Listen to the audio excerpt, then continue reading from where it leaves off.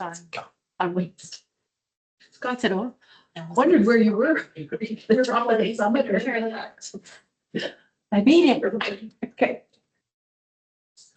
He's waiting for. Perfect. Thank you. Thank you, everyone. Welcome to the Finance Operation and Assets Committee meeting on April 7th. I would like to start by acknowledging that we are meeting today on the Hahuthi of the Sechot and Upachesset First Nations. We also acknowledge that we have schools located on the Hahuthis of the Huayet, Tloquit First Nations and the Yukulathat governments. Introductions. I think we're all fairly familiar with each other, so I'll just keep moving along. Can I get approval of the agenda? So moved, Craig. Zanetti. Second, Zanetti. All those in favor? Perfect. I have to put my glasses on. I got Cynthia online. Okay. I'm just sorry. I will go through any unfinished business for anyone. Emergent issues. None were identified with me, so I will start with staff reports. 7.1 about the Bamfield Community School generator project update with Director of Operations Taylor. Thank you. So as most of you are aware, we received an emergent request for a CNCP project at Bamfield Community School back in September. It revolved around the fact that Bamfield loses power sometimes up to 12 times per year, and the forest fire and the road closure and the power outage really sparked this request, and it was approved. It originally was planned to close March 31st, but due to an extended planning phase, we're now looking at around a June 30th completion. I just, in the information section of the info sheet, I just outlined how one scope change can have a ripple effect. And the good news is we received our electrical installation permit today. So the crew's breaking ground tomorrow. They're going to be trenching to put the new power line and propane line into the school from where the Jenny pad's going to be built. So that work's starting tomorrow. And then last week, the grounds team were down there pressure washing the concrete pad where the propane tanks are. And so probably mid-February, we ended the planning phase and we're in the execution phase now. So happy to answer any questions around the generator. So thank you, Al. Trustee Craig. Thank you, Chair.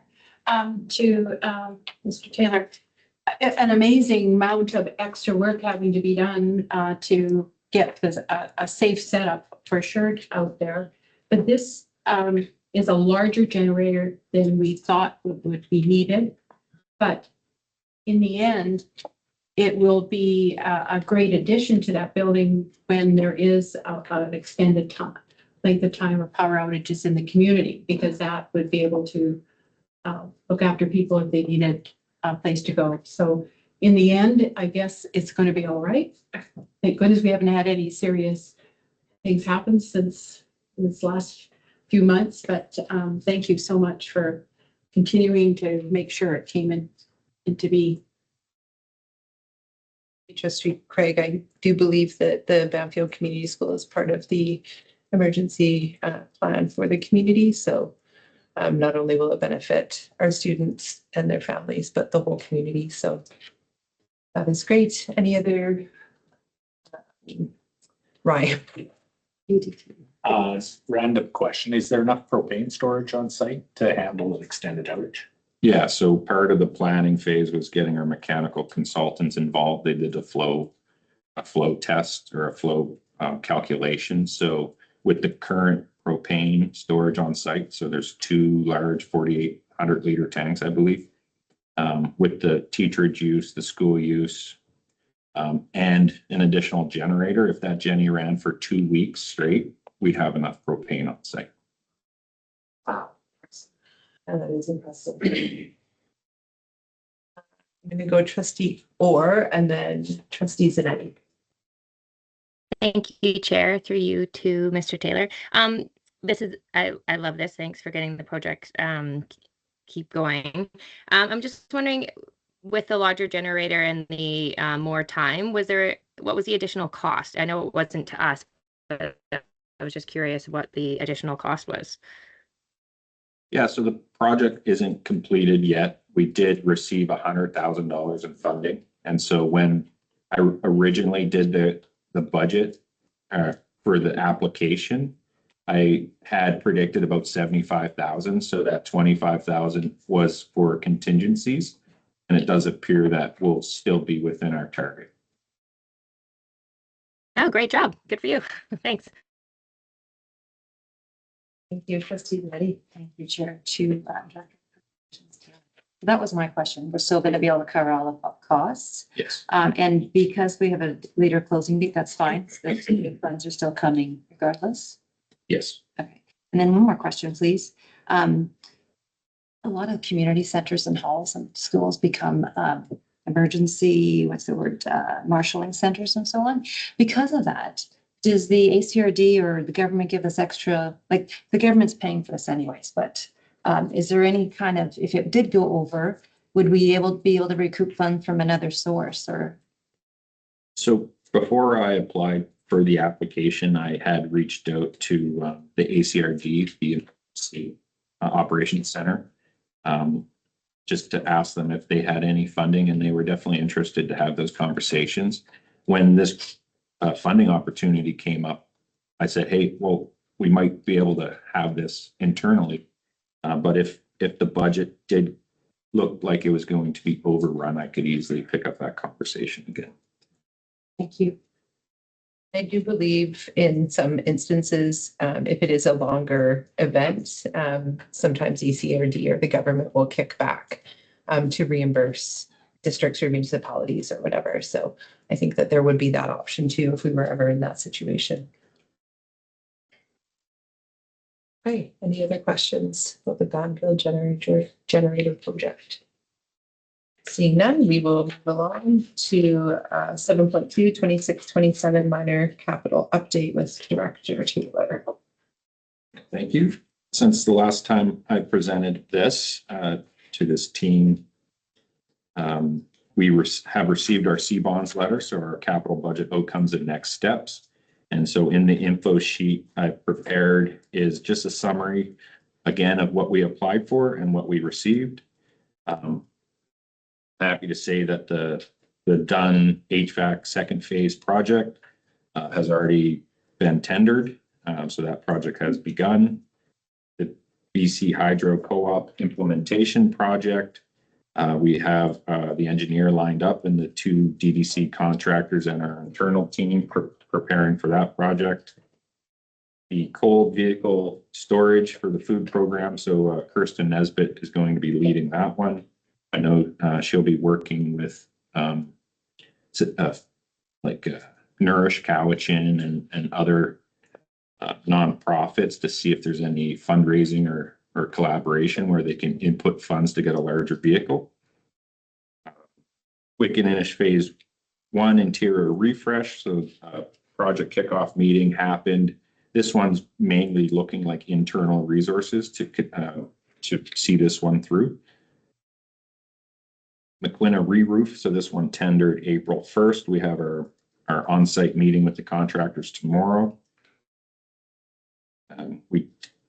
The Sumas exterior stairwell and the Dunn Elementary School partial re-roof. So we didn't get funded for that. The stairwell one, it is a priority, so we'll be pushing that to our AFG. The Dunn partial re-roof really isn't a priority this year. There's no concerns. So we're going to be delaying that one. The annual facilities grant, this isn't encumbered in our C-bonds, our letter. So we've yet to receive our final amount there. And then surprisingly, we actually got the playground at Banfield. So that one caught us off guard a bit. And but I think Jeff put the tender out last week. So there'll be some work to be done on that end. And so the next steps are to bring this to the public board meeting on April 28th to pass the capital bylaw, which we'll then load into MyCaps, which is the ministry's kind of online reporting form for COAs. Any questions on minor capital? Trustee Craig? Thank you to Director Taylor. You may not know this, but have you heard from Banfield School as to what their desires, plans, requests are? So last week, when we received the announcement, we gave Robin a shot across the bow. So we're gonna tender. And then in this period before tender closes, we're gonna get a lot of applications from different vendors of what's actually possible with the funding that we have. And that can help guide Robin. And also we've provided Robin with the pamphlets of all the different playground vendors to see what cool new features they have. So I know like Sumas, we were really prepared. We were tendered and done by the second week of July, basically. So this one probably not going to be as quick, but if the ministry has been light on funding other playgrounds across the province, we might be okay and get this done this summer. So. Sounds wonderful. Thank you very much. Trustee Zanetti? Thank you, the chair, to Director Taylor. The Banfield playground, I was looking at my notes and we were asking for funding for last year and we didn't get it. Is that your recollection as well? So our last year's request was for Sumas and we did get it. So on September 30th, 2025, we requested for Banfield and then we did get it. So that is kind of surprising to us that we get playground after playground after playground. Why is it? It's very unheard of for other school districts to get funded playgrounds so frequently. Okay. So another question, why, I'm a little surprised it's a surprise, but I guess you're explaining that, but I'm still somewhat surprised. Banfield Community School, I don't know if they have a pack and stuff, because packs are often involved saying, we want to fundraise, blah, blah, blah, blah, blah. I don't know that they have a pack there. But has there been parent involvement, or have they been notified that there is a playground coming? And yeah. So the vice principal has been notified. Okay. In terms of my communication to PACS or the Community School Association, I would leave that with the administrators. So I'm not quite sure. Do they have does staff know that if they have a pack at Banfield? Okay. Thank you. Any other questions about the minor capital? Seeing none, we will move along to 7.3, annual facility grant project list with Director Taylor. Thank you. So a little background on what AFG, annual facility grants, are and how boards can use these to prioritize safety and building maintenance.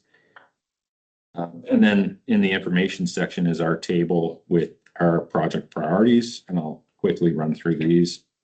So Sumas exterior stair repair, there's the 4 exterior stairwells at Sumas. One of them has structural concerns. The other 3 need basic repair and maintenance. Done exterior paint, so that's to finish off painting the school, which we completed 50% last year. Sumas field drainage, so we actually have some of our stormwater going on Dave Potter's property, and it's not captured in any It's a map. easement. Yeah. So we need to correct that, and that's why it's being prioritized. Banfield, believe it or not, the school sprinklers, there was a warranty defect. They were recalled in 1996. Oh, gosh. So we need to address that pretty big time. Wow. Then there's some insulation work we need to complete at Wood, Howard, and McQuina in the crawl space. Banfield kiln, so this was on last year's project list. It never did get prioritized. The roof, so it's not the full cost because actually half the work has been done for the wiring, the hood vent, penetrations through the roof. Done exterior pedestrian path. So this is a safety thing where the parents drop off their students, their children. They can be in harm's way of cars. So we're looking at doing a very small civil work and painting there. Viking fire alarm upgrades. A few of our schools need their fire panels upgraded. McQuinness stairwell safety, so similar to Sumas, 2 of the steel stairs and the concrete stairs are degraded past the point of being safe, so we need to address those this summer. And then ADSS turf field year 1 contribution. So I'm putting this one in the planning so that we don't overcommit on our AFG. And if things are looking promising prior March 31st, when our AFG expires, then we'll have this put aside for the turf field replacement. And then Howitt accessible entrance. So there's a student at Howitt that having push button doors is really going to benefit. It actually is a large project because the ramp in which it leads onto isn't wide enough for a wheelchair. So now we're breaking concrete, changing roofing systems, electrical doors. It is a large project, but those are our priorities this AFG funding year. Any questions? Thank you. Trustees? Representatives, Trustee Minetti? Thank you, Chair. A couple of questions, please, Dr. Taylor. The Banfield sprinkler recall from 96, if it was a recall, there would have been warranty coverage. That's like a long time ago, but I'm just curious, is there any kind of warranty coverage on any of that stuff? No, not anymore. Okay. Our window for that is past. Okay, just I never know. It's a good call. The Viking fire alarm upgrade, is that at a school or the board office or just contract? Multiple facilities. It will go through a fire alarm contractor. So we're upgrading the alarm system, fire systems, at multiple facilities. Mainly the panels and some of the end of line devices like heat detectors. Okay, we're talking schools though? Schools, yes. And other district buildings or Yes. mostly schools? I guess, I'm sorry. Schools. Is it schools and then the board, like it's just schools? As far as I'm aware, it's just schools. Okay. And how many schools? I'm not sure. Okay. offhand. But they all work properly still and Oh, everything? yes. Okay, cool. I figured they did. I just wanted to ask. And then the last question I have is about the ADSS turf field contribution. So the AFG is something that we can hold over and save money, like that they let us not spend it for the same year? No, we're not allowed restricting AFG. However, if we were going to purchase and install a turf field in the summer of 2027, we could put we could put a deposit or purchase some of the materials before April 1st. And then next AFG season, make another contribution of a similar amount. So if that isn't necessary, what happens with the 135,000? I think in December, we'll know if we have, because that's when the board motion was to make a decision. Right.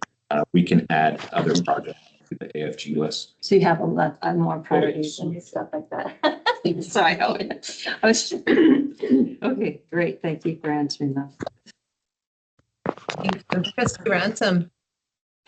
Thank you, Chair, through you to Director. Just a question about the recalled Banfield Community School sprinklers.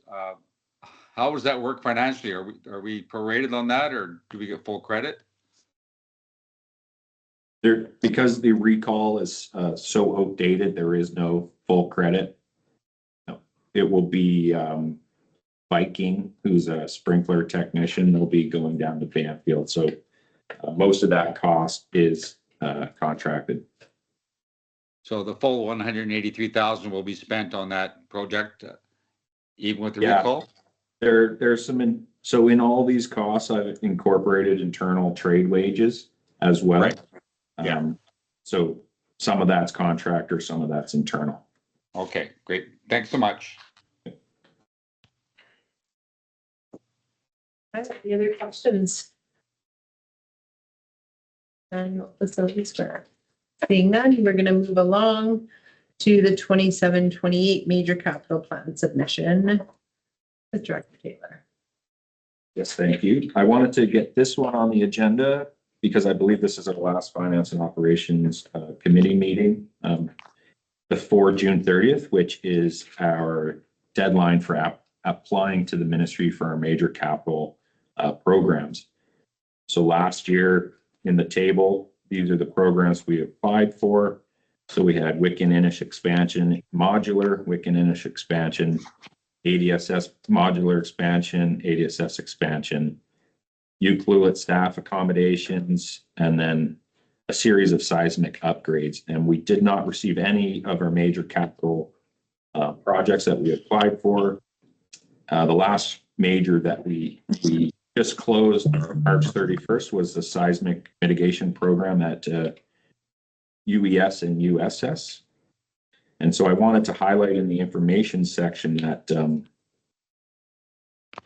boards of education are actually responsible for paying for the planning of these major projects out of our operating dollars.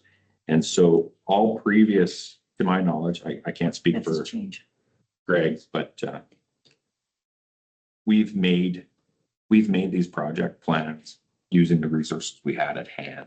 And I think to get a more fulsome application for a major project and probably more successful in getting major funding, we would need to kind of have that capital in the bank to pay for a consultant to do a proper project plan. That obviously isn't feasible this fiscal year, so I'm recommending that we just reapply for the projects that we applied for last period and look at securing that capital funding for future major projects. Awesome, thank you, Alex. Just for 1 second, Trustee Ransom, your mic is still on. If you could turn it off.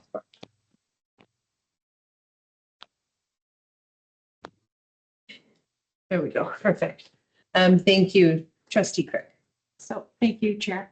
To Mr. Taylor. So that type of contingency planning money, what would be the target for that? Yes.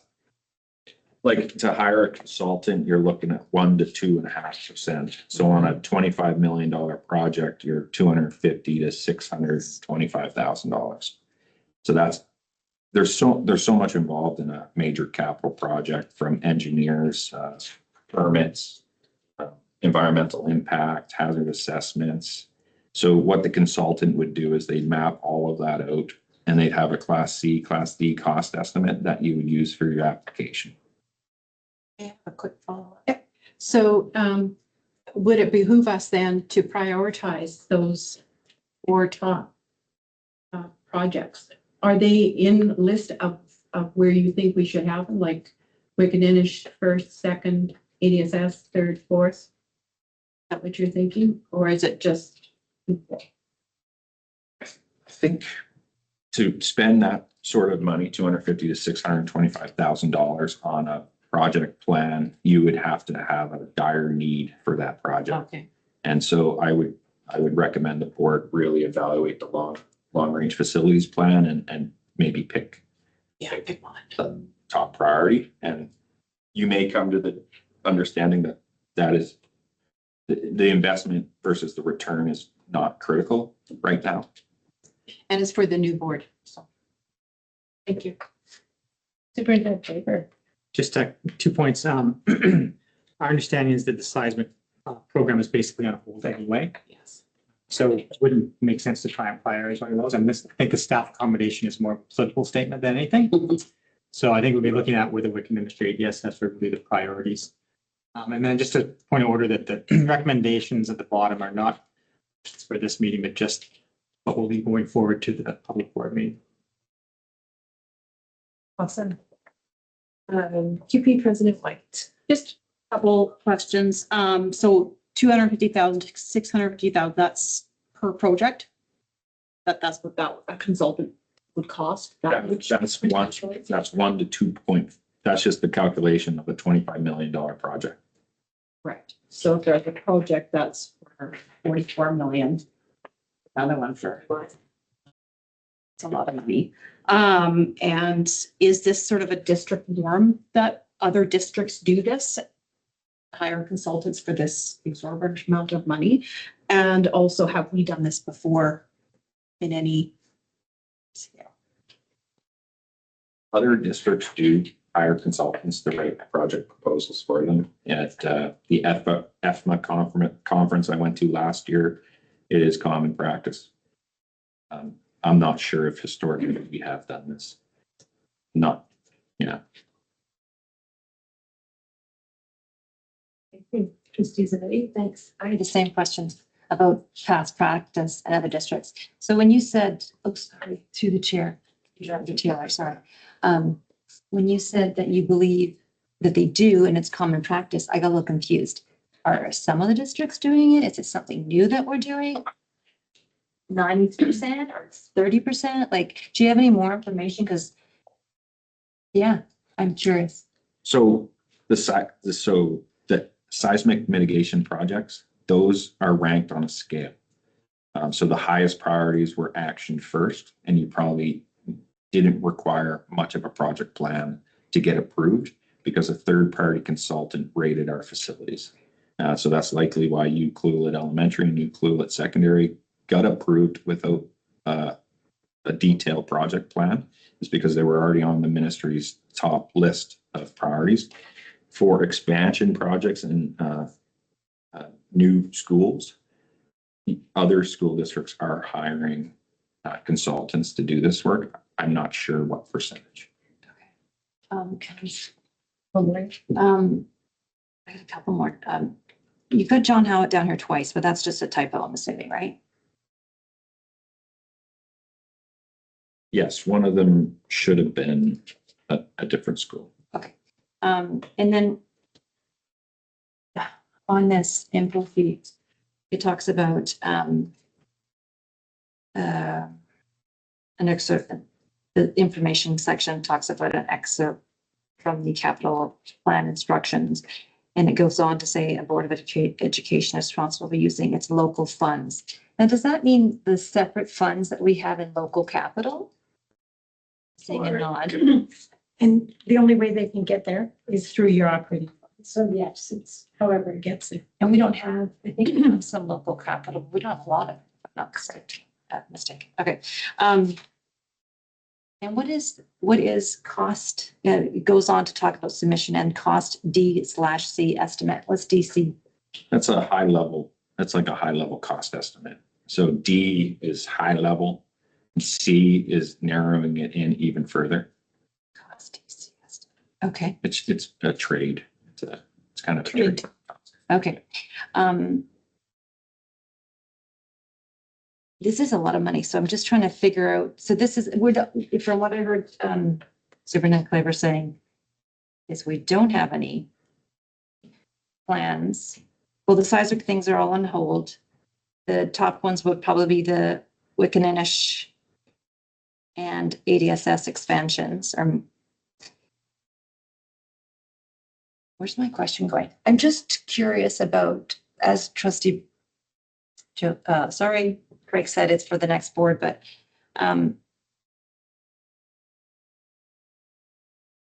sorry, I'm trying to word it in a way that makes sense and I'm struggling. We haven't identified if there's a project. So there's no, at this time, we don't have an outlook for having to spend that kind of money next year, or do we?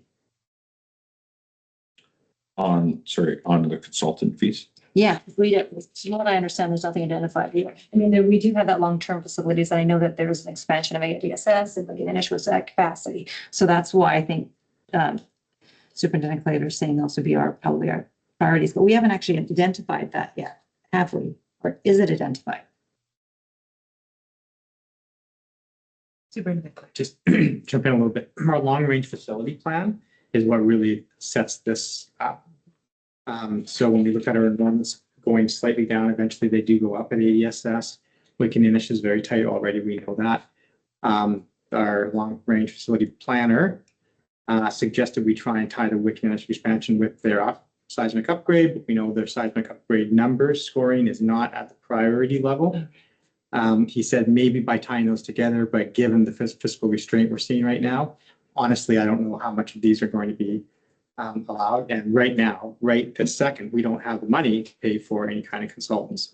So second recommendation, if the board passes or just makes that motion in public, is like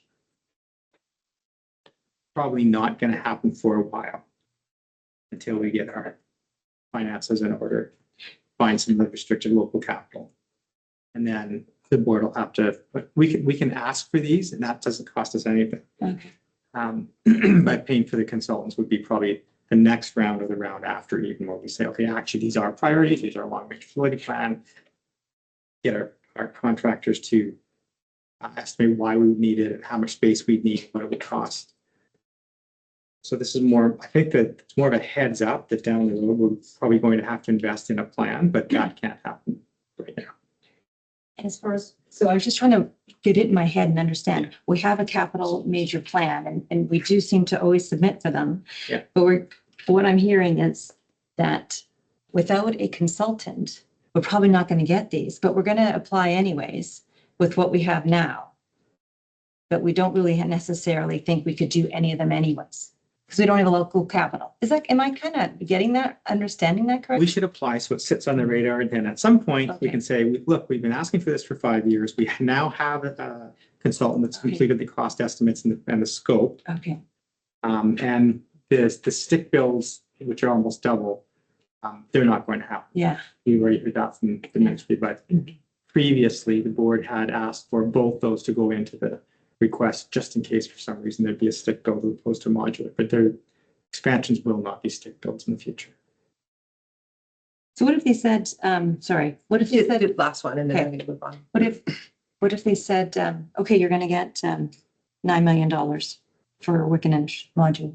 Then we would accept it, I would hope, and then go to tender. We wouldn't be hiring a consultant though to make a plan for that. Is We, that, we would, but it would come out of the $10 million. okay. Okay. Thank you. I think I'm going to go to trustee Orr. Thank you for waiting.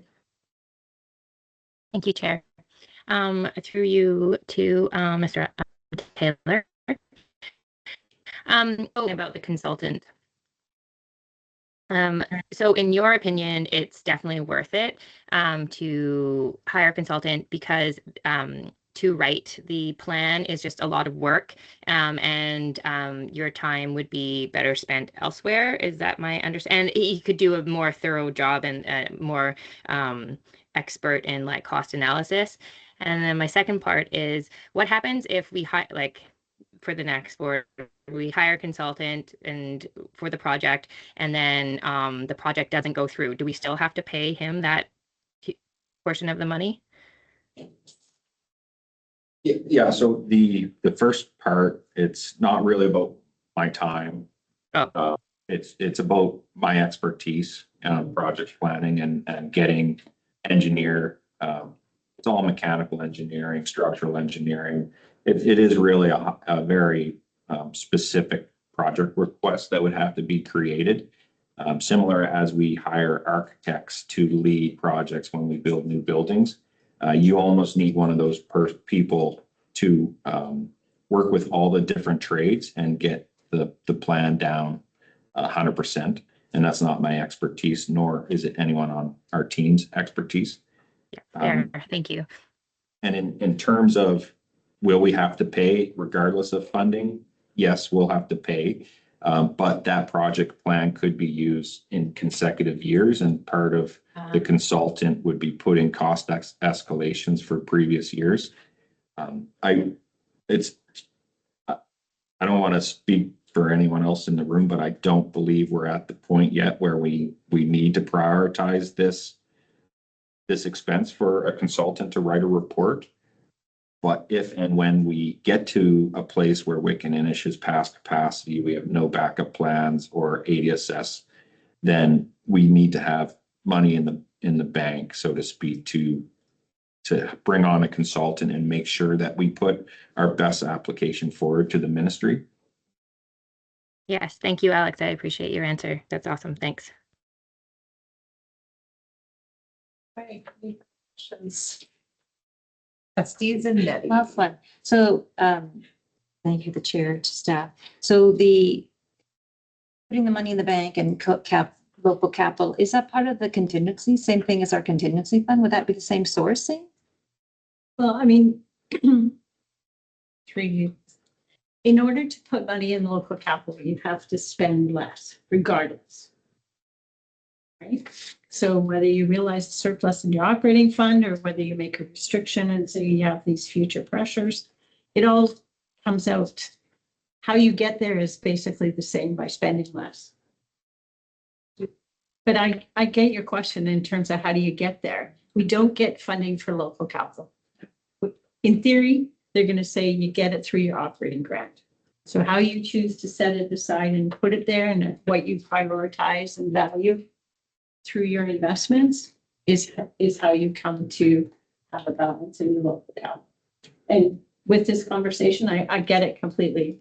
Doesn't sound like now's the time, not the financial priority. And we also know that the province made headlines by canceling various healthcare projects that had already had grants. So I'd be weighing that as a risk to say, gee, is that the highest priority? I'd probably think there's other items even on today's agenda that might be a little bit higher priority. On higher risk, not just priority, but risk. Okay, seeing no more questions or comments about that, we're going to move along to 7.5, menstrual product procurement and provision with Director of Operations Taylor. Yeah, thank you. So this one was added to the agenda, but I wasn't privy to the background on any discussions that wanted to take place. So I did my best just to outline the AP, what it summarizes, and a couple links to the products that the custodial department does supply for schools. Also another link for Focus Ed, who has different selections through a bulk procurement process.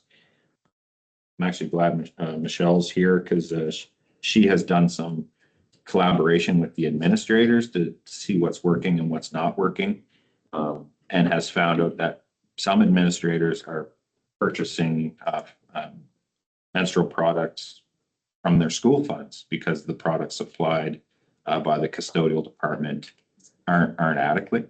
And so what I hope from this info sheet is to almost get some input from the stakeholders, the students, the administrators on what we should be providing. And Jeff and I can easily update our SKU on what we order and what we distribute to schools.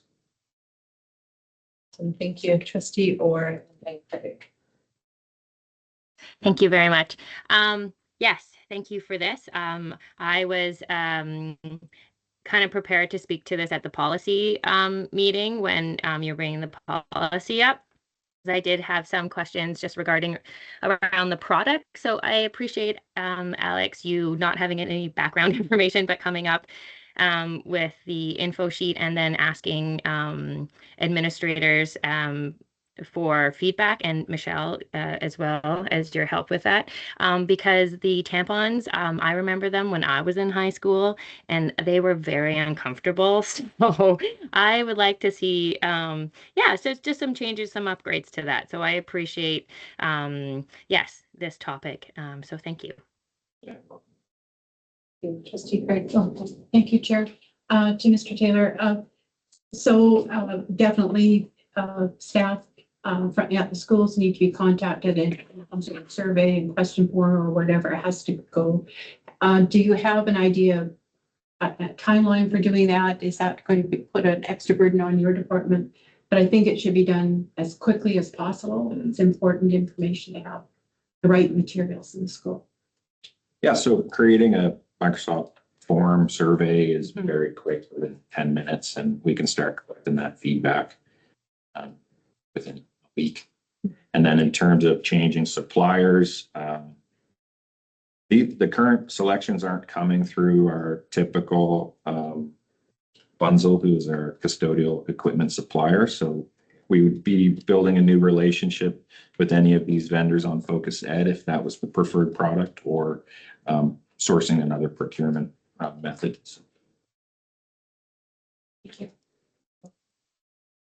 Trustee Betty, thanks, Chair to staff. I'm concerned that this has, we're talking about this now since it's like 2 years ago, probably, well, actually before. It's been years since the mentions product things have been required. So why were admin uncomfortable?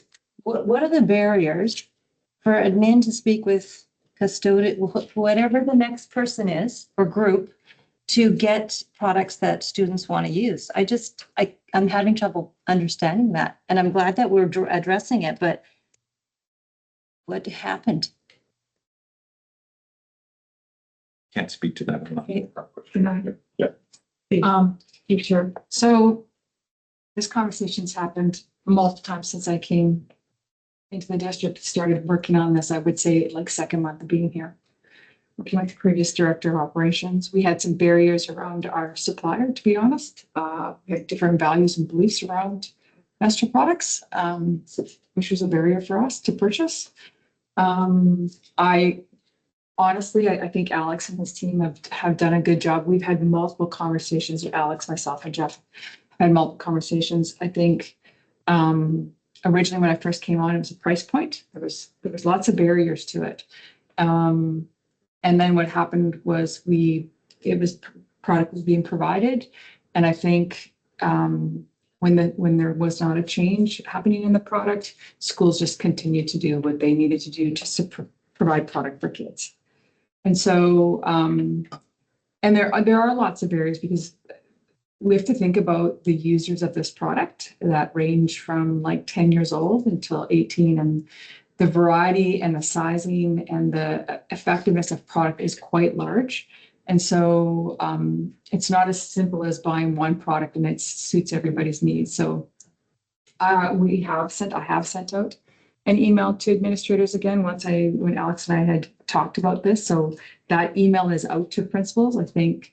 And we're just slowly getting things trickling in because that email went out at the same time we're talking about staffing and they're prioritizing things. And so we are slowly getting feedback, and the feedback is consistent as what it was back when I first got here, and that the product is not the right sizing for the developmental stage and size of the user, people using the product.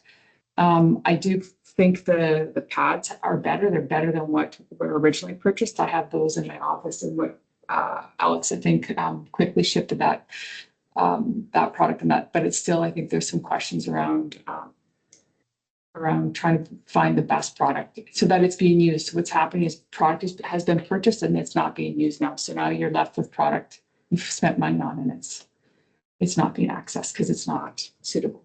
So we'll go back, and I think with Alex and Jeff and myself, with the feedback from administrators, we'll go back and do a cost analysis about what's the best for us and what schools are asking for.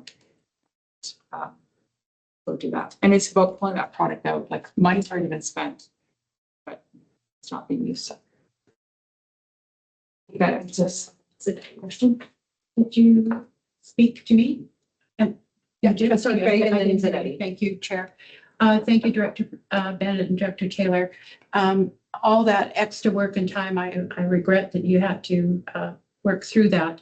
I do think this is really an urgent matter, and what we can do at this present is go through those tabulations that you've received and try and expedite out there what the most valuable one or largest numbers of comments, and let's move forward, and then survey again now at this time of year, maybe end of June, see if that's working, so that we can really establish something that's going to be acceptable. What has been purchased and isn't being used is a waste, but we have no no choice around that. We need to provide proper stuff for the kids will use. So sorry about that, but thank you for all the background work. Thank you, Chair, to, I believe, Director Bennett. So do we have a point person on this then now? Do we have a clear person that's going to take care of this? It sounds like it's going to be you. Is that because, or I don't know. That's what, do we have a point person that's going to take care of this? I think we've had a point person all along, but I think what's happened is the communication has stopped flowing out of frustration. But also just, you know, when you're, I'll give an example on the West Coast, when you're a school that needs product and it's not getting out there for whatever reason, there's lots of reasons why things can't get out there. They go and buy what they need to at the co-op and they move on, right? Like it's out of necessity. So, and that's not a criticism of schools. That's about just doing what you need to do to carry on. And so I think that we've talked about this multiple times, Alex, Jeff and I, and I think every year, Jeff, we've had meetings at least once or twice about it. So I think we've had also some challenges in the schools with vandalism of the casing that holds the product. And so there's a cost item to that. You can't just have them sitting in a bowl. So we purchased dispensers when I first got here. We tried to be cost effective with that, but they were broken. And so the metal dispensers are proving to be, I think, more robust, but you know, they're 5 times the price. So, you know, there's some things that we just need to work on. So in the meantime, we're working around it. So I think we do have point people, and it's just about us going back and revisiting, getting more information. I'd like to go panel some kids. We haven't done that. We've mostly discussed with adults. But I think there's a place for us to talk to some of the students to get some more feedback about what some barriers are for them, in addition to the quality or the type of product. It might be where they're being dispensed, right? We're supposed to have no barrier. And can we donate the ones that we're not using? And the second question is, I see them currently displayed in a bowl on desks. So it's not discreet. I think people are less worried about it than they used to be. So Sure. I'm just, yeah. So it is on bowls. When you say that the dispensers, that can't be the only barrier. I mean, No, okay. it isn't. Yeah, and can we It's one donate? of many. Okay, are we able to donate any other ones to the women's shelter or whoever? Is that, Yeah, we can, when we Yeah. figure out a new SKU that we want to stock and that shipment arrives, we can definitely donate any excess stock. great. Thank you very much for your time. All right, any more questions? Seeing none, we will move along to 7.6. Cybersecurity Director of Operations, Taylor. Yes, thank you. So in this info sheet, I really wanted to set the stage a bit for cybersecurity and its impact on public sector organizations. So there's a few attachments. One of them is cost of a data breach. And so that data is from 2025. IBM did the report. And basically, in summary, it can cost organizations $4.62 million to recover from a data breach or a ransom attack, a cybersecurity attack. Unfortunately, we are not covered through SPP for these attacks.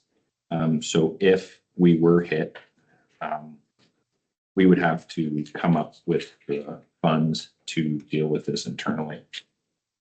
Thankfully, the Ministry of Education through Focus Ed has tendered a cybersecurity incident response retainer, which will help us recover, but it doesn't help us strengthen our network, strengthen our policies, our cybersecurity in our organization. It just helps us recover after an attack. I also wanted to highlight that our IT team is lean at 3.5 FTE employees managed by the director, myself. So this is smaller than other school districts. We've looked into other districts have around 4,500 students, 6,000 students. We're sitting 1 to 2 FTE shorter than those districts. And another attachment that I put in this report is our NIST cybersecurity assessment. So this is used to evaluate how strong you are, your cybersecurity measures. We're rated at 37%. So other public organizations would be 65 to 75%. So we have a long way to go. We have identified many cybersecurity initiatives that would benefit our organization, like an MFA on all accounts, creating password policies so your password expires every so often, strengthening and restricting our firewall, requiring more applications using VPN. So when you're not on a secure network, you need to use VPN for more applications. We have a backlog of outdated users, so offboarding users. So we need to work on that procedure. Endpoint monitoring services, or using Microsoft Defender, so that those are applications that monitor our network on an ongoing basis, looking for threats. And then training and policies and admin procedures.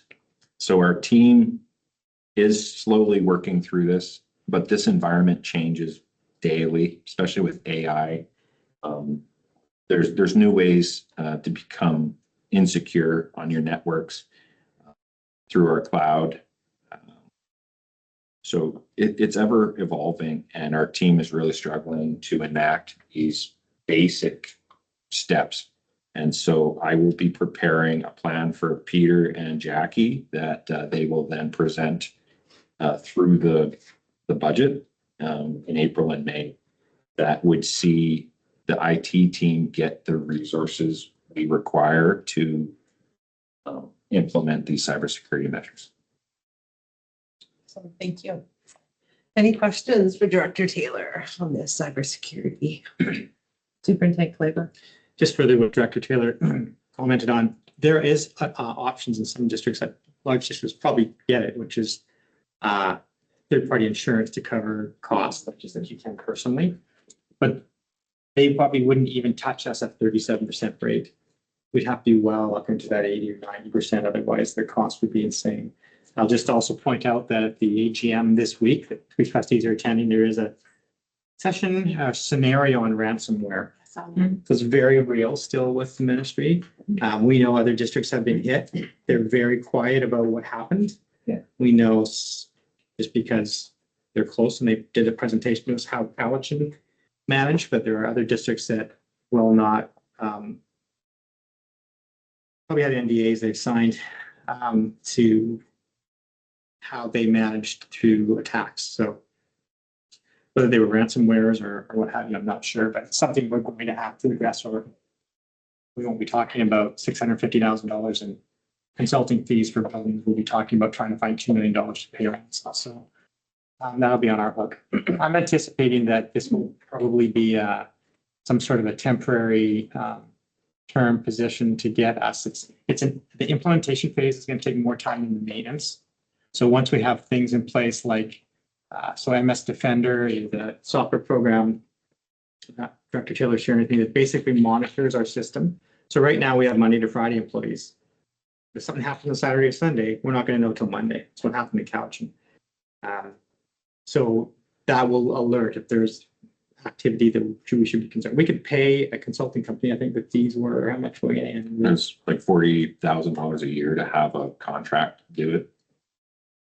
So we have the software. We just don't know how to use it. We haven't implemented it. So this is going to take some expenditure of manpower for a period of time to get us at least up to that 60% range by implementing all of these items that Alex has mentioned here. And it's something we have to do. It's just we're running on borrowed time. It's going to happen. Wow. Can I comment? Yes. In my previous life, so for the last 10 years, there's two things that always kept me up at night. Bird maintenance. And seriously, I did have a roof collapse. Oh. $2 million had to be spent out of local capital to solve that. Just luckily we had it. The other thing is cybersecurity and risks that come with it. And so having been part of the metro districts, some of it, the risks that happen, and we always, my director came from Capilano University, so we stayed connected with what happened in public post-secondary. And so, you know, there is that we mentioned high targets. And the smaller districts are even more popular than because they are anticipating an easier hit. And so, you know, it's incumbent upon the school district to take steps to protect your data, even just a simple breach of, you know, and there's no such thing as a simple breach. It comes with all kinds of obligations in terms of protecting your data. And so I appreciate that it's very much on the radar. These are conversations that I had with Alex's staff without him in the room to say, you know, how are you protecting and what are the things? So I'm glad to see it's on the list.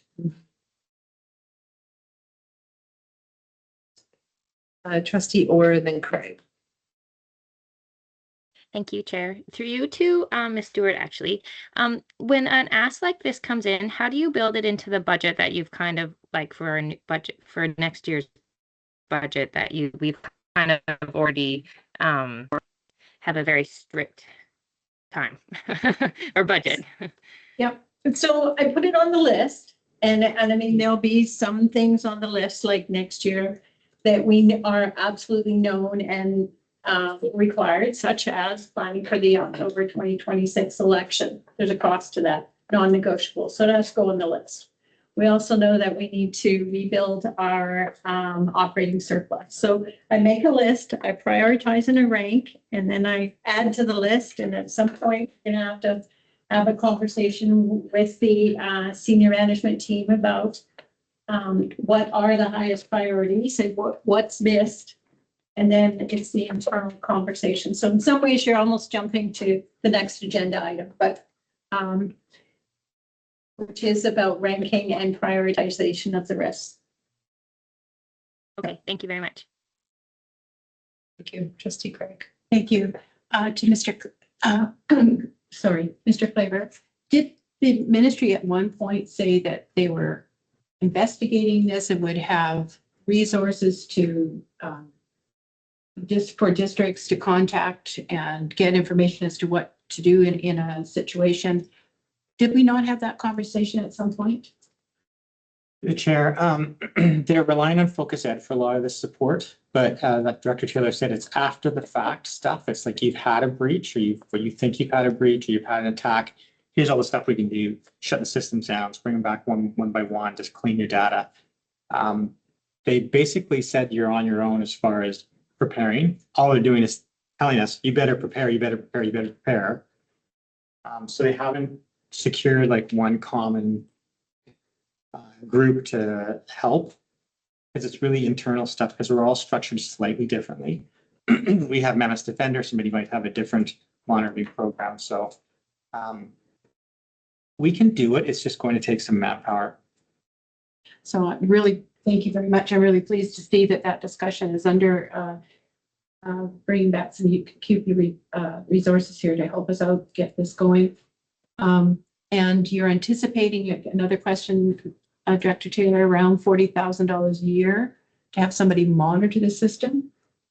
No, so that was, you have two options. We can handle it in-house, which needs internal resources, or we can contract it out. And the contracting it out option was around $40,000. And that's just for the endpoint monitoring. So that's one aspect of this whole list. You'd be better off internal. Thank you. Okay, any more questions, trustees and Eddie? Thank you, the chair, to staff. So, or Director Taylor, in your info sheet, you mentioned here that our team has the knowledge and the tools, so we lack the internal resources, and I understand you're going to prepare a business case. When you say internal resources, what do you mean? Enough time.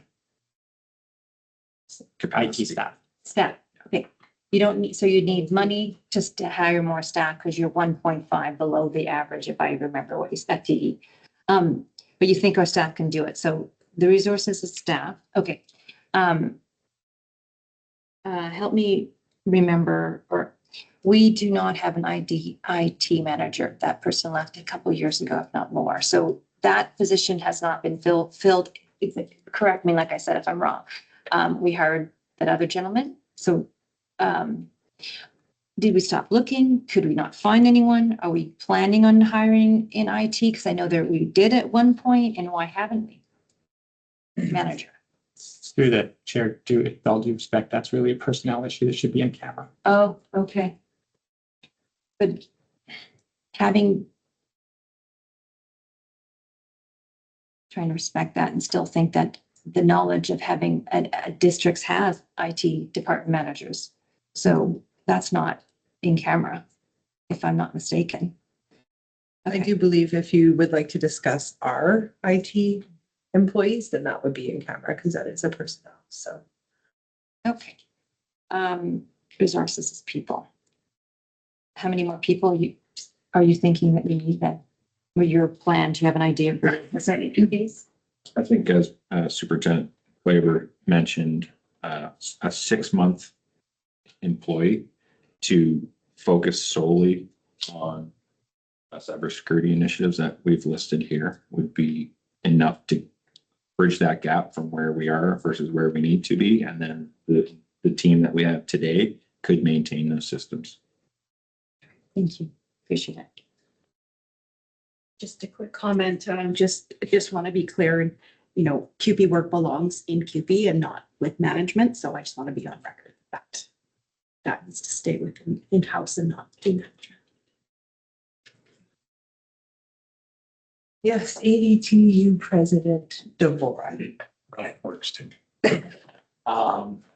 Just a question, Director Taylor, how exposed are employee payroll records, for example? I know how is an odd question to ask, but like. I don't have a rating for that. SDS has their own data backed up in their own security services. So I don't know how exposed they are. Maybe I'll follow up with a more fine-tuned question. Is SDS the only place that sensitive employee information is stored in the district network? No, that would not be the only place. We definitely have HR records, personal files with copies of letters, that all just like we both would have. So it's definitely something that we need to look at as for the whole system. There's the way into a lot of the networks is through clicking on bad links in your emails, as you're aware, somebody hacking your password, a student sharing their password with another student. So that's the easiest way in. And then once they have access, then depending on how good they are, actually everything's at risk, which is horrible, obviously. Anybody's data is breached, their freedom of information stuff is breached, personal information is breached, then we're obligated to pay for, I think it's 5 years at least of monitoring by a third company, which happens regularly. So that alone costs tens of thousands of dollars. Yes. Well, we look forward to having an in-house cybersecurity specialist through QP and moving us in the right direction. Because, what happened in Cowichan was devastating, but also fascinating. We should learn from that. It's definitely not the only district. Oh, yeah. Absolutely. That was a minor. Yes, Where it is, I think the ransom. yeah, I bet. Yeah. Okay, thank you, Alex. It's not completely the Alex Taylor show today. It is Alex Taylor show featuring Opening for. yes, Jackie Stewart. So yes, 26-27 budget development with Jackie Stewart, our in-house financial advisor. Thank you. I was gonna follow my notes, but I think maybe I'll change them because I think what Alex has really demonstrated here is that there are emerging priorities that need to be reflected in budget development. So yes, starts with the student enrollment, and from student enrollment, we drive staffing. And I've had lots of meetings with Michelle and James. He coordinates all the teacher staffing. So that's your bare bones of your must have. That's why we're here. We start with staffing in the classroom. And we also know that we have consultations that need to happen with our First Nations. That's happening and it is underway with the Indigenous Education Council. That's very much ministerial obligations, but it's also the right thing to do. And I look to Peter and Jasleen because I've seen the draft materials and they've been having those conversations, which, not to compare districts, but to let you know that on the plus side and things that I recognize that the school district is doing really well, you need to stand back and say, you're doing really well on that. I can say that. Seeing the other side, not as advanced as where the school district is for those conversations. The part where we're going to make some bigger steps is by working with budget owners. I'm surrounded by two of them, two big ones, and reflecting their needs in the budget. And Peter knows that we've already had conversations are continuing, say, with the likes of Mark. Right. Thank you. I was going to say something else, but I think Mark Fryer, in terms of Indigenous international education, the other IE. There's three, by the way, international, inclusive, Indigenous. So you've got to make sure you pick the right one. And so conversations with Mark to say, okay, what's your enrollment? So what costs are variable in terms of your enrollment? What are the fixed costs? So those are the conversations that him and I and Hannah have been having together. And there's more work yet to be had in terms of setting the budget. Something needs to come back to you, the trustees. What is your budget going to be for next year? We have a little bit of a plan that I haven't even finalized with Peter yet, so I'm probably speaking out of turn. But it should come back to you so that there's full transparency and insight. Because I can put a number on a piece of paper, but it's absolutely meaningless unless it's backed by planning assumptions and, in my view, collaboration with the people who are going to spend the money. And I know that there needs to be conversations with those across the table. Ryan, periodically, you should know, stops at my door and wants to ask questions. Nadine, you're welcome to stop in at any time and ask questions. But formally, we'll sit down with Terry. I haven't reached out to schedule the meeting. Terry will do that next week. In terms of sitting down, what do you want to see? What do you want to know? What don't we know? And we can take away and come back and answer the questions. So building on what was said earlier, how do we prioritize the list, the items and risks? I know where some of the risks are, and we should be rebuilding local capital. You should be having a rainy day fund to weather those storms. And not to talk about other risks, but you also need to protect your data and but work with your staff and all employees to recognize those risks.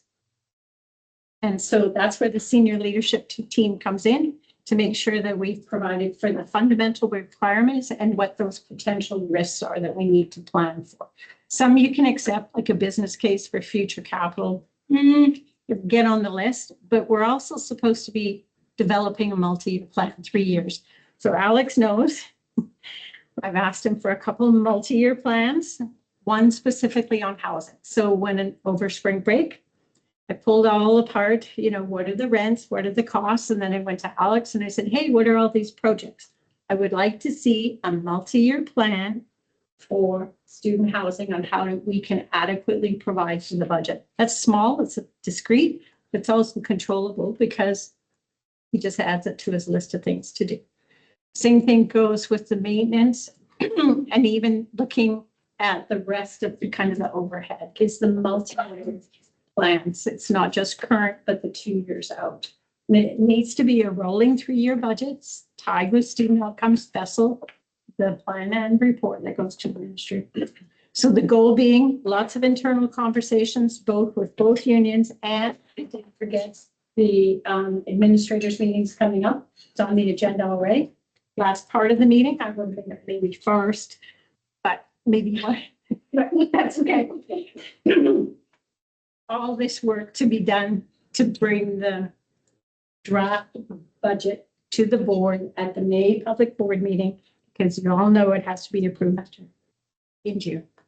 And so it would be my goal to have the budget bylaw presented and approved at the May meeting. And recognizing there's a lot of work that has to happen, but you approve your budget in May, then you have time to get all the actions underway to hit the ground running for April, July 1st. So that's it in a nutshell. Happy to answer any questions, or if I overlooked any gaps, comments that you'd like me to should have spoken to. No, I think that's good. I think everyone's aware of the way we've got our funding announcements already come, and the numbers and the enrollments, and being funded for 80 students we don't have essentially. And we just have to prepare for what's going to happen. We're trying to maximize our CEF staffing, because that doesn't cost us anything. Still looking at that, still trying to find options to request more CEF. And we're also looking at the community links budget, trying to relieve some pressure off staffing within the operating budget to allow budget owners, and also for us to build up our surplus and our restricted capital, which should be there. So yeah, we're just working away at the background, and as Dr. mentioned, they'll be scheduling meetings with Ryan and Nadine, and then meeting with administrators on the 24th of April to get everything in place for the May 20. That's nice. Thank you. Trustee Orr first. Thank you, Chair. I appreciate it. Through you to Ms. Stewart.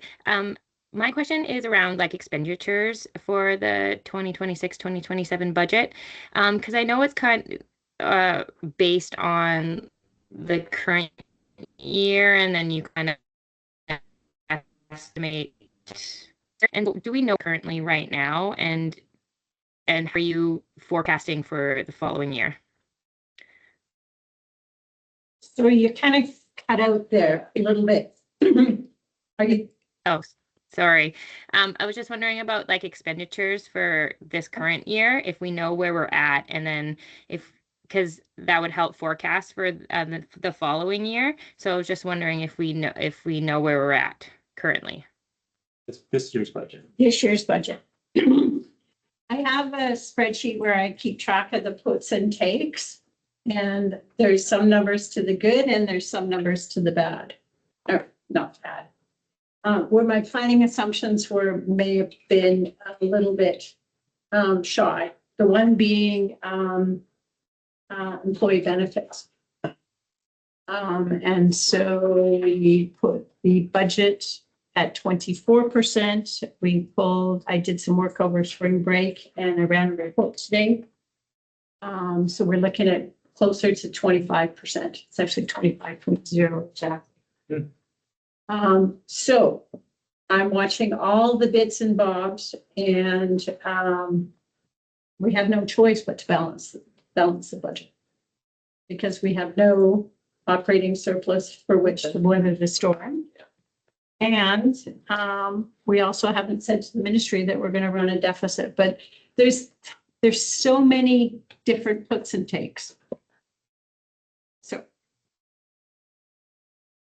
it should be zero. I don't think I've missed anything for you to have a windfall lottery, that's for sure. Okay, thank you. Trustee Craig. Thank you so much. Thank you so much for the bad news. That's appreciated. But I do think that we that are sitting around the table are going to have to make this decision. Yep, they're not easy, and they're not friendly in any way, shape, or form. But I think that we just have to take that deep breath and make some really tough, sad decisions, because this is really a very precarious position with nothing to back us up at all. And going forward, we have no idea what the world's going to throw at us, given the costs that are coming down the pipe that we don't even know what are going to be. So I'm hoping that trustees will be able to have the strength to make some very difficult decisions. It's got to balance. We have no choice. I do not want to have to say to the minister, we want a deficit here. But there may be another opportunity next year for that same statement. We don't know what next year's gonna bring. Trustee Craig. Trustee Zanetti, thank you. The chair to financial advisors to you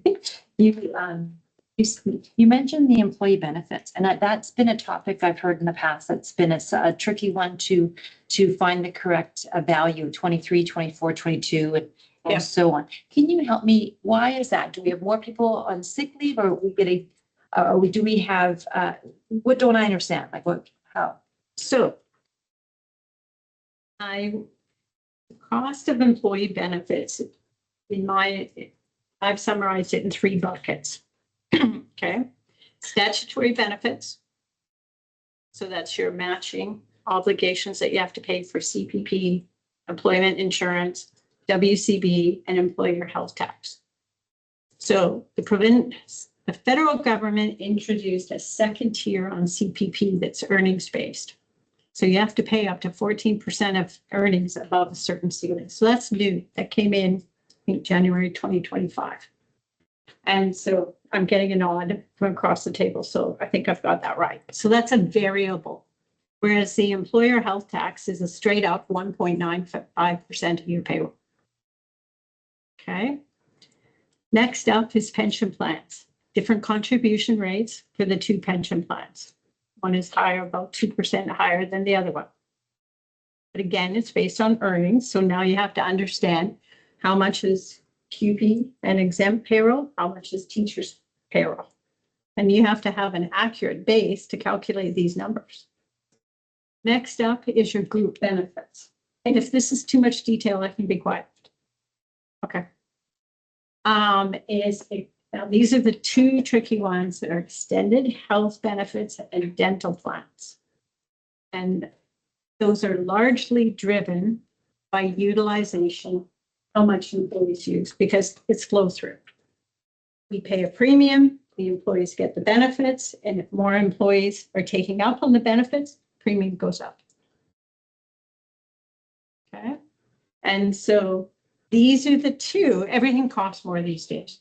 So it may not even be that people are using more, but it's costing more because your employee numbers are about the same. And so I started to pull the contribution rates, and this shouldn't have been a surprise that employee benefits. So in fact, when you say you've gone from what is the right number and where is it, I actually think if in hindsight, it's always 2020, but looking back, some of the indicators were kind of there. And knowing my peer group that I had before, everybody was watching this like a hawk because of escalations. It costs way more to go to the dentist. The dentist costs are higher. And so it's like that is contributing to higher benefit costs. And then there's group life insurance and then the employee family program. So all of that adds up to % on how you calculate employee benefits. And a lot of it is beyond the school district's control. Yes, to a certain degree as the employer, you sign on, but how it actually rolls out and what the cost impact is to your bottom line is beyond your control, so to speak. But these are all elements that people need to be watching. The WCB rate changed by 0.025%.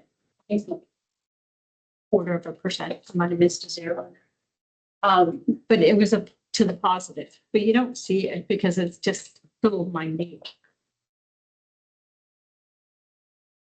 Follow up, yep, thanks. And to Trustee Craig's point about inflation, basically, it's like the unexpected things that are coming. So because right now we have lots of crazy things going on that affect the price of gas, for example, which will affect our food costs, which will affect everything. So are we more vigilant about checking? Like, are we doing more checks about like our hydro costs or whatever, our fuel for our vehicles or our buses? Because diesel costs is level like doubled what it was, or $1 more, whatever it is. Are we doing that more? I think it's fair to say that Alex is, he certainly is having lots of conversations with me. I've asked in terms of utilities, and believe me, he has broken down the costs. So you have lots of good data to understand where and how your driving factors are of your utilities costs, because believe me, he's got it all. And we've had email conversations and face-to-face conversations and a request to develop a multi-year budget on utilities, because when you look at your expenses, if you can nail his budget and the utilities budget, then you have other budget owners here that will manage her budget very diligently. All the pieces should be there to lay that foundation of monitoring your expenses. And yes, given the cost of everything, I think there is a bigger focus on looking for your bet. Is there a different way? You know, some people like to print, but is there a different way of not having a printer? Because that does cost money.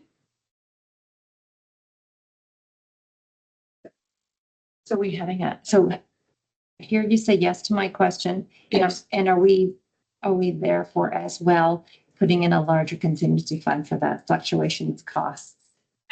Not to that degree yet. I'm more concerned about making sure that we can cover everything and rebuild our surplus. But also truthfully is to have an accurate reflection of what you're going to spend. If you think back, I'm not sure that was entirely, the previous budget wasn't representative of where you were going to spend, not when you look at what was the budget and where you landed. And so by having those discussions with the budget owners, I would like, if I was staying in this young man here reported to me, he'd know exactly what the accountability was. And I know he will because of the conversations that we've had. Thank you. Thanks everyone for the hard work. Yeah. Maybe to you. Just a couple of quick questions. First will be a statement. One, in budget priorities, we truly hope that direct services to students remain first and foremost as a budget priority of this district. That is something I think we can state unequivocally. Yeah. This is what we believe. Staff. Is payroll the largest part of the district budget? Are those decisions around staffing happening now?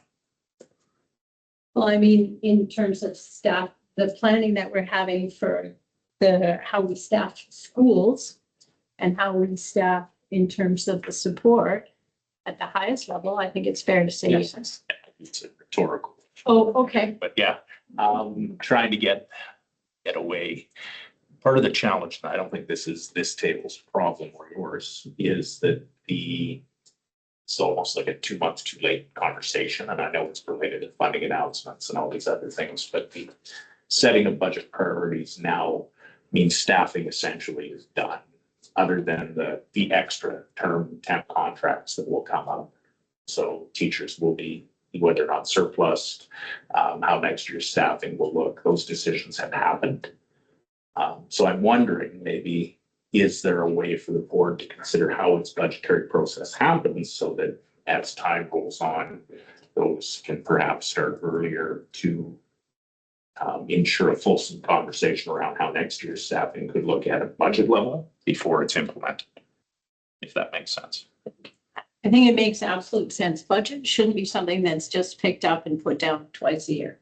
And when I say that, I mean the preliminary budget and the amended budget.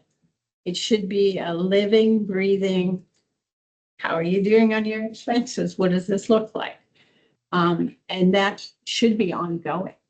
And so one of the charts that I've created for Terry really talks about the cycle, the planning cycle, and, being able to have a year-end review meeting with these guys to say, how did you do? So tell me, you had planning assumptions that looked like this, and you came out with something else. Like, how are you doing and how does that impact where you are today and how does that impact your future outlook? And so absolutely, I think that that's a fair comment and observation to say, can we have a conversation about what does the budget look like? And when should those opportunities, not to speak for the board, but, you know, in terms of what does the board want? And what would the board like in terms of, I think this year it's kind of get her done. And the conversation for the new board and ongoing would be, what should the budget development process look like? I went through something that was very different, very public meetings, very accepted verbal presentations, written presentations, did surveys, you know, so there's lots of different ways to get voice in the budget. And that is definitely on the list for future consideration. My budget process just started in the fall of previous year. So I've pulled that information out to Lee for Terry. And, you know, you've got conversations that need to happen earlier in the cycle.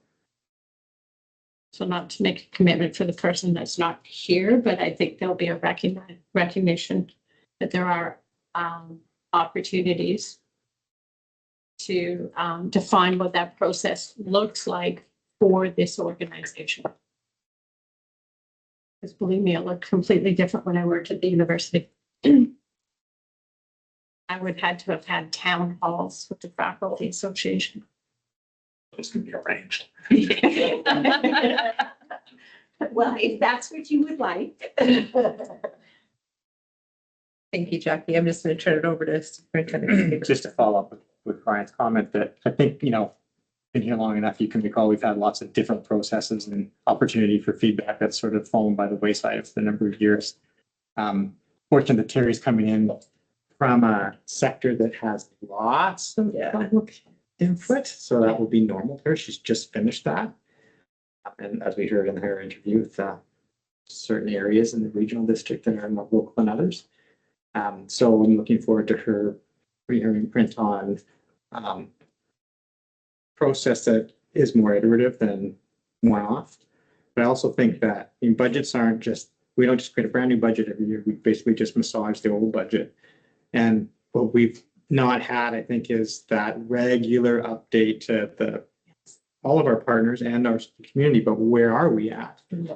Because not sure we knew where we were at. So rather than surprise in August or September or October, it'll be more, here's where we're at. There is no surprise. It's sort of like we need to be getting a report card. Yeah. Like monthly.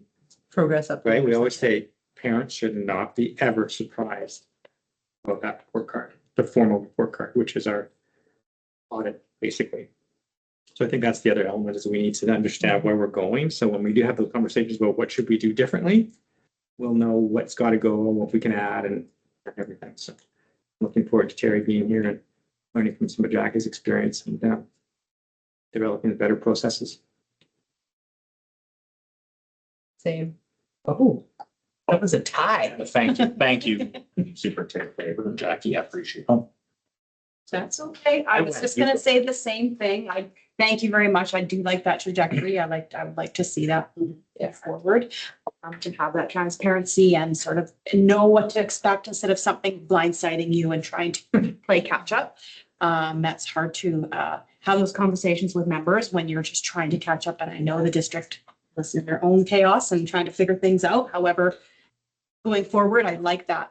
I like that there's going to be, hopefully, with the new person coming in, I have lots of faith with that, that there'll be lots of conversations and that no surprises would be great. As many as you can. I mean, I get there is life, but we've had quite a few over the last number of years. And so hopefully onwards and upwards. Yeah, and I mean, I can't speak for the whole board because I'm not the board chair, but I think that the board is in agreement that we would like that as well, just to know where we're at. And I think we've all learned from that. So yeah, we'll approach it in a different way moving forward.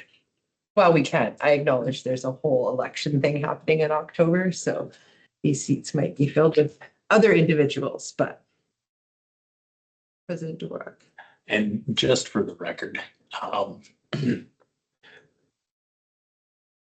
in the vein of not being surprised. I was surprised by the results of the staff committee meeting at ADSS today. Fairly large number of continuing positions being surplused, double digits. I was surprised by that number. In that I have yet to hear a budget number that justifies it, other than the fact that our enrollment is down roughly 120 students, which I can do the math. I can see where that's coming from and it would balance out. But we are hopeful that there are some fulsome conversations around what that staffing will look like. And we are having those at the HR level, but I just want to put it on the record that concerned about the direction, understanding it, but also concerned. Just point out, if I might, that it's not just a decline in enrollment. The fact that we've been using surplus for the last number of years, so it's more like 250 kids. It's the understanding part. Revenue less. I understand it. I'm just concerned. Any other questions or comments for our financial advisor? Zanetti. Thank you from the chair to you, President Dvorak. I did not completely understand what you were saying. So could you help me understand better surplus? Are you saying that, yeah, help me understand what you meant, please. We have staffing processes that have timelines that require decisions on next year's staffing to occur now. So I'm probably not the best person to explain the nitty-gritty of those, but and part of the same question is like our staffing has happened already. This decisions around who's getting surplus they have occurred and the decisions have been made to reduce staffing in one way or another. But yeah, for the details, see superintendent. I'm struggling with the word surplus. Are you saying extra unneeded? Is that what that means? That's the right word. I But hesitate to use that. is that but that is kind of, that's easy Helen language. Is that kind of, am I understanding that correctly? Because I don't want to not know what you're talking about. Surplus is a term in our collective agreement that means something very specific. It essentially means that there are more teachers than available positions. Doesn't necessarily mean they're unneeded or unnecessary. They're just more than are staffed. Thank you for helping me understand that. Okay. Good. Seeing no other questions or comments for Jackie, thank you very much. Brings us to the end of our staff report. So we're going to move on to our new business where we have no business. And correspondence, I don't see any. So thank you everyone for coming. The next meeting of the Finance Operation Assets Committee will be held on XXXX at 3:30 in the administration room for administration office floor. Only because next year's. Yes, we haven't done here. Yes, totally. X. I can expect it. I'm going to call third week September. Oh, and the next one, Peter won't get. So it's my new game. Oh, Peter's last meeting. Where I'll be.